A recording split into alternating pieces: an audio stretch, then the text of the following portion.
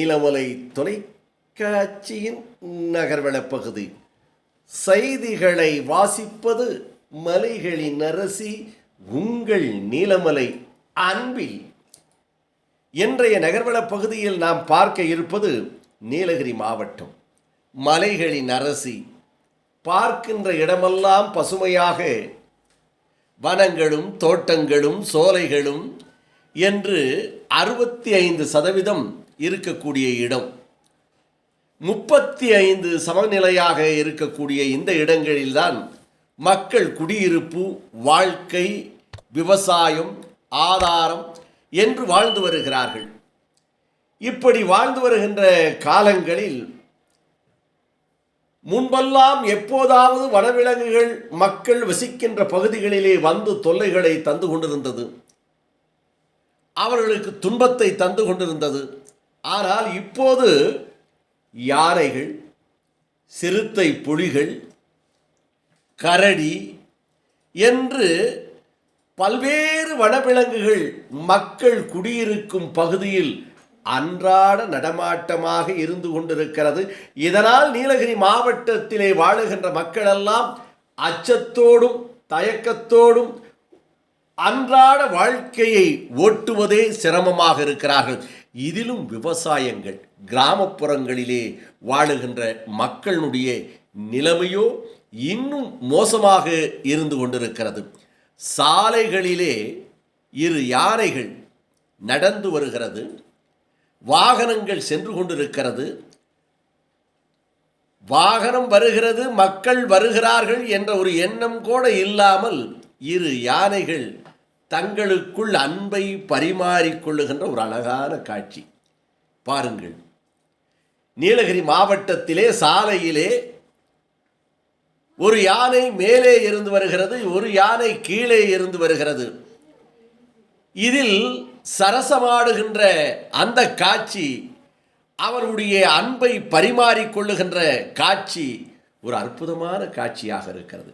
யார் இருந்தால் என்ன, யார் வந்தால் என்ன, வாகனங்கள் சென்றால் எங்களுக்கென்ன, இது எங்களுடைய இடம், நாங்கள் வாழுகின்ற இடம், எங்களுக்காக ஒதுக்கப்பட்ட, இறைவன் ஒதுக்கப்பட்ட இடம் என்று சொல்லாமல் சொல்லி அந்த யானைகள் தங்களுடைய அன்பை பரிமாறிக்கொள்ளுகின்ற இந்த காட்சி. வாகனத்திலே செல்லுகின்றவர்களெல்லாம் இதை புகைப்படமும் எடுத்துக் கொண்டிருக்கிறார்கள். காடுகளிலே உணவு கிடைக்கவில்லை என்பதால் கிராமப்புறங்களிலே மக்கள் குடியிருந்து வருகின்ற பகுதியிலே அவர்கள் வளர்த்து கொண்டிருக்கின்ற ஆடு, மாடு, கோழி, நாய் என்று அன்றாடம் பிடித்து வேட்டையாடும் புலிகள், சிறுத்தை புலிகள் என்று இப்போது கிராமப்புறங்களிலே அதிகளவு நடமாட்டம் இருக்கிறது.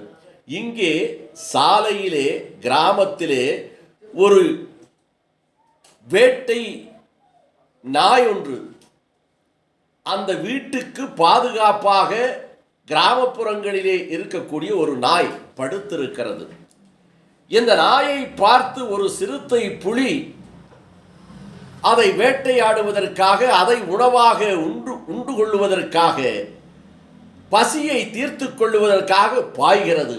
ஆனால் அந்த நாயோ பயந்து விடாமல், அது வேட்டை நாய் அல்லவா, அது பயந்து விடாமல் அந்த சிறுத்தையை எதிர்த்து போரிடுகிறது. அதை எதிர்த்து அதனோடு மல்லுக்கு நிற்கிறது. அதனை பார்த்து இது பயந்து ஓடவில்லை. இப்படிப்பட்ட ஒரு காட்சி இது இன்றைக்கு நீலகிரி மாவட்டத்திலே பல்வேறு கிராமங்களிலே நடக்கிறது. அந்த நாய் தைரியமாக அந்த சிறுத்தை புலியை எதிர்த்து குரல் கொடுத்ததால் அந்த சிறுத்தை புலி மீண்டும் காட்டுக்குள்ளே ஓடிய காட்சி. இதுபோல் நீலகிரி மாவட்டம் தும்மனட்டி என்ற ஒரு பகுதி. இந்த தும்மனட்டி பகுதியிலே மக்கள் விவசாயத்தை நம்பி, விவசாயத்தை செய்து, விவசாயமே தொழிலாக செய்து கொண்டிருக்கின்ற தும்மனட்டி பகுதி. பார்க்கின்ற இடமெல்லாம் மலைநாட்டு காய்கறிகள், தேயிலை தோட்டங்களாக இருக்கக்கூடிய அந்த தும்மனட்டி.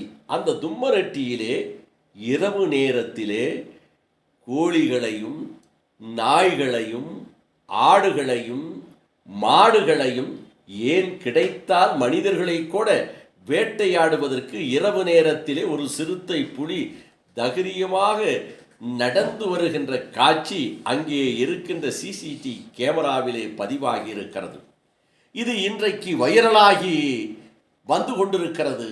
இதனால் அந்த பகுதியிலே இருக்கின்ற மக்கள் இரவு நேரத்திலே வெளியே வருவதற்கு அச்சப்படுகிறார்கள். காலை நேரத்தில் விவசாயம் இடங்களுக்கு, தேயிலை தோட்டங்களுக்கு, மலைநாட்டு காய்கறி பயிரிட்ட இடங்களுக்கு செல்வதற்கு கூட அஞ்சுகிறார்கள். இதை வனத்துறைக்கு ஒரு கோரிக்கையாக வைத்திருக்கிறார்கள். காடுகளில் காடு இல்லையா? 65% காடுகள் என்று சொல்லுகிறார்களே, அந்த காடுகளில் இந்த சிறுத்தை புலிகளுக்கு உணவு கிடைக்கவில்லையா? அல்லது காடு அழிக்கப்பட்டு விட்டதா என்ற ஒரு கேள்வித்தனையை அந்த தும்மரட்டி பகுதியிலே இருக்கின்ற கிராம பகுதி மக்கள் கேள்விக்கனை தொடுத்து இன்றைக்கு பயத்தோடு அச்சத்தோடு வாழ்ந்து கொண்டிருக்கிறார்கள் என்று நமது சிறப்பு செய்தியாளர் ஆசா அமீத் அவர்களும், நமது செய்தியாளர் ஒளிப்பதிவாளர் எடிட்டர் பிரசாத் அவர்களும் இதனை படம் பிடித்து இந்த செய்திகளை எல்லாம் சிறப்பாக தொகுத்து நமது நீலமலை தொலைக்காட்சி நேயர்களுக்காக வழங்கியிருக்கிறார்கள். இத்தோடு நகர்வளம் நிறைவு பெறுகிறது. வணக்கம் கூறி விடைபெறுவதற்கு முன்பாக இதுபோன்ற செய்திகளை உங்கள் நீலமலை தொலைக்காட்சியிலும், உங்கள் நீலமலை தொலைக்காட்சி யூடியூப் பகுதியிலும் கண்டு மகிழலாம். சில இடங்களில் நீலமலை தொலைக்காட்சி தெரிவதில்லை என்ற புகாரும் வந்து கொண்டிருக்கிறது நீலமலை தொலைக்காட்சி நேயர்களிடம். அப்படி கிடைக்காத இடத்தில் உங்கள் பகுதியிலே இருக்கின்ற கேபிள் டிவி ஆபரேட்டரிடம் அன்போடு கேளுங்கள், பண்போடு கேளுங்கள், பாசத்தோடு கேளுங்கள்.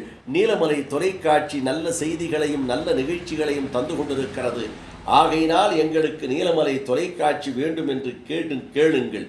அதே நேரத்தில் கேபிள் டிவிக்கு நீங்கள் கட்டணத்தை கட்டித்தான் பார்த்து கொண்டிருக்கிறீர்கள்.